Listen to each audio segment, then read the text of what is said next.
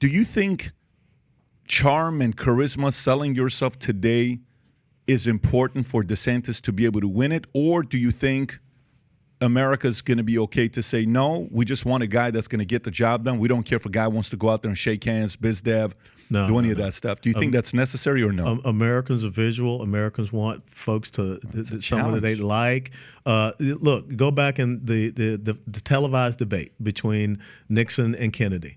If you listen to it, don't look at it. You listen to it, it was Nixon. But the fact that Nixon looked like he had the 5 o'clock shadow, Kennedy looked young, and in fact, Abraham Lincoln probably couldn't make it today. And even back then, they said, Abe, you got to kind of like grow a beard because your face, it looks too scrawny and everything. All of his pictures, he had the high collar to reduce the length of his neck. I mean, Americans are visual. Go back to 2012 in the election between Mitt Romney and Barack Obama. The exit polls, everyone said who would have been better to handle the economy? Mitt Romney. But who did you like? Barack Obama. So there is an aspect of it. And what I tell people, all the candidates that say, hey, I'd like to get your endorsement, can you tell me what? Image and message. Those are the two aspects of a person running for office or campaign, whatever, image and message. The other side always wins on image because their message sucks. But people are so focused on their image. I mean, Barack Obama, you looked at him on television and you're just like, wow. But it's the same thing you see every single Sunday in the black church, the very charismatic pastor and everything like that. But if you just read a speech of Barack Obama, you would say, what is he talking about? Mm-hmm. And it's the same thing with Biden in a way. So his image was horrible, so they put him in a basement. And nobody talked about anything. What did they do? They attacked the image of Donald Trump.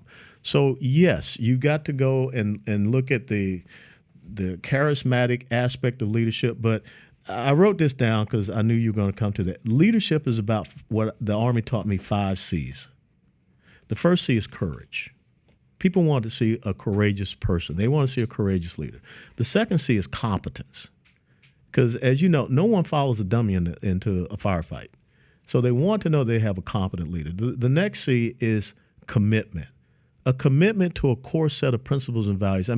You can say what you want about Ronald Reagan, but he was committed to America. He was committed to the Constitution. He was committed to our fundamental principles and values. And then you got to be convicted. That's the fourth C.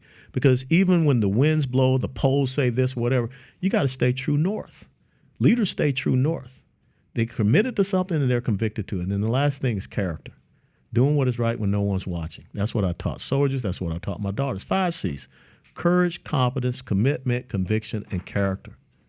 And when you understand that and you realize, okay, the 2 phases, image and message, and you bring all that together, you're powerful. You're going to win 49 out of 50 states. So what are you saying about DeSantis? To me, has all 5 of those. I think he's got courage. I think he's got competence. I think he's got commitment. I think he is conviction.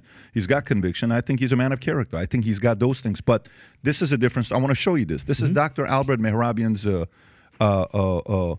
738-55 rule. And I don't know if it's his or somebody else's, but I've seen this and I've read this in books. You've seen it as well. 7% is the spoken word today, elements of communication. 38% is voice and tone. 55% is body language. Does this favor DeSantis? This is what and you're going to identify with this. Remember when you first reported into a unit? Yes. I remember when officers reported into me. Clearly. Knock on the door. They come in. You're sizing them up. They're not saying anything. You're looking at their uniform. You're looking at their boots, their spit shine, looking at their haircut, the comportment, and everything. And then when they stand before you and they open up their mouth, either confirms or denies that 55%. So what are you saying? What I'm saying is that you've got to have that visual appearance first and foremost. Well, he has the appearance, though. And I think that everything falls from that. It's just the same as if I came in here and, I'm Lieutenant Colonel retired Alan West, but I'm sitting over here with a beard. I'm 200 pounds overweight. You're going to say, what kind of colonel was that guy, So you have to present that aura, that atmosphere. Again, Ronald Reagan, his body language, his physical presence. He was an actor. He knew how to sell himself. It comes back, what I say, image and message.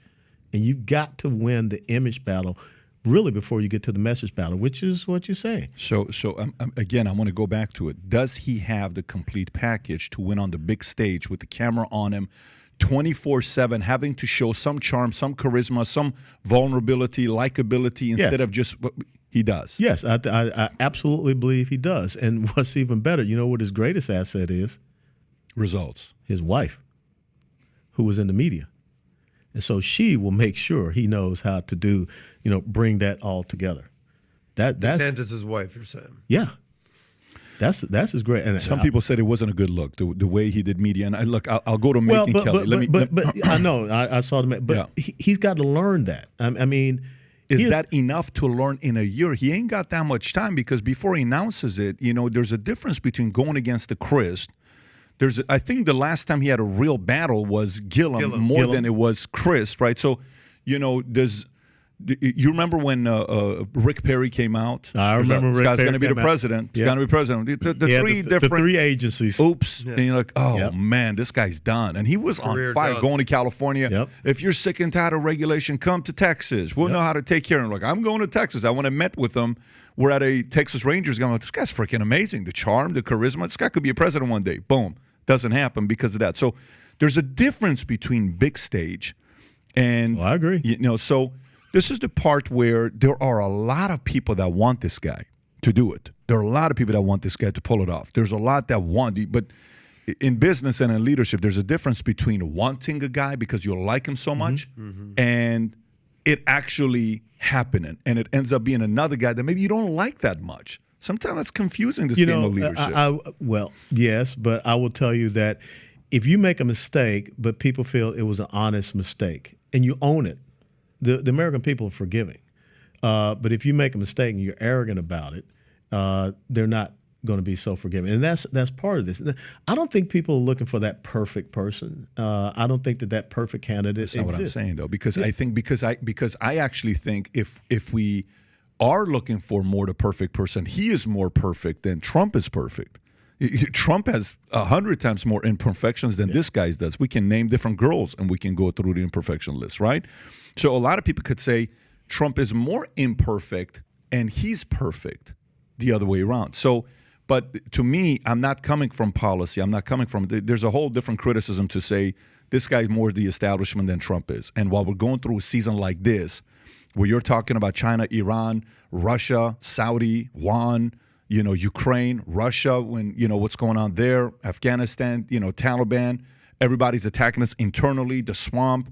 Dude, there needs to be somebody that's gone through God knows how many different ways of negotiation in the streets of New York, real estate. Some people are saying, if you are saying, Alan, the problem in the world is so bad, you need a scary type of guy where they fear, where the other side's going to say, holy shit, this is not the one guy I want to face off. I would much rather take a guy that knows how to follow the guidelines to move up in his career than another guy that's broken the rules every once in a while, where he may be willing to go places that others are not willing to go. This guy doesn't seem like he's scared. And what you just did, you made the argument for a George Patton.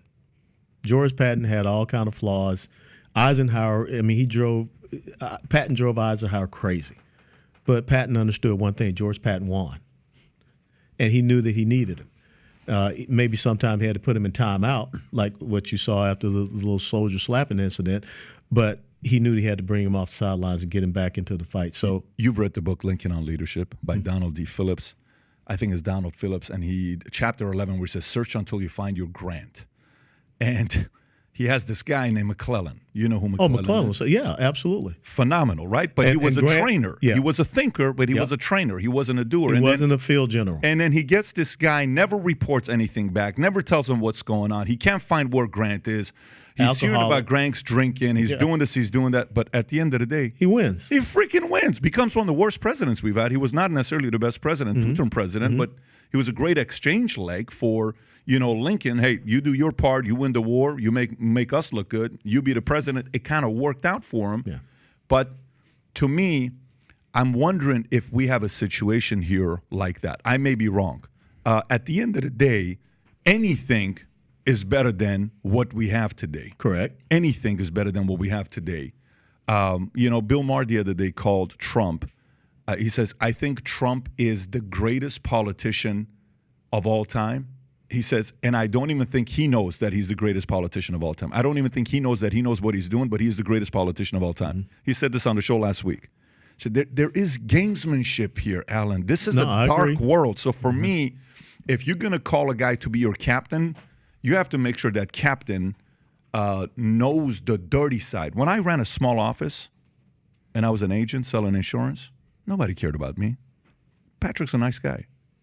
Then when I ran a top office insurance in San Fernando Valley, people outside of San Fernando Valley loved me, but people in San Fernando Valley didn't like me. So if I went in the mall and I saw a competitor, you mother, because I'm a direct competitor, but in San Fernando Valley. We all went to the same church. We all went to the same gyms, the same LA Fitness, the same this, the same that. So then all of a sudden, I'm competing in the state. Then it's regional. Then it's national. The moment we became national, and then we started writing 2,000-3,000 policies a month, then I all of a sudden realized, shit, this thing is real. Yeah. A lot of these guys were all sympathetic and understanding why you're so great. And now it's like they're calling other insurance companies for me to lose my contract. Got it. So this is the game. I got to go read a bunch of war books. Yeah. I got to go read a bunch of 33 strategies, art of war, power books. Then I understood the game. So the next level he's going to go into is going to be 1,000 times darker than what it was in COVID. And if the American people are going to say he's the guy, great. I think he is a man of character. I think he is fully a man who loves America. I think he is a tough guy. But it'll be interesting how the American voter, whether they pick him. And by the way, it's still too early to tell anyways. Everybody right now is saying, oh, it's done. Trump's going to win the whole thing. He's going to be the president. I don't think it's going to be that way, because I think there's more dark strategies that they have up their sleeves that we don't know about. But that is the concern of a lot of people when I talk to them. So if you like this clip and you want to watch another one, click right here. And if you want to watch the entire podcast, click right here.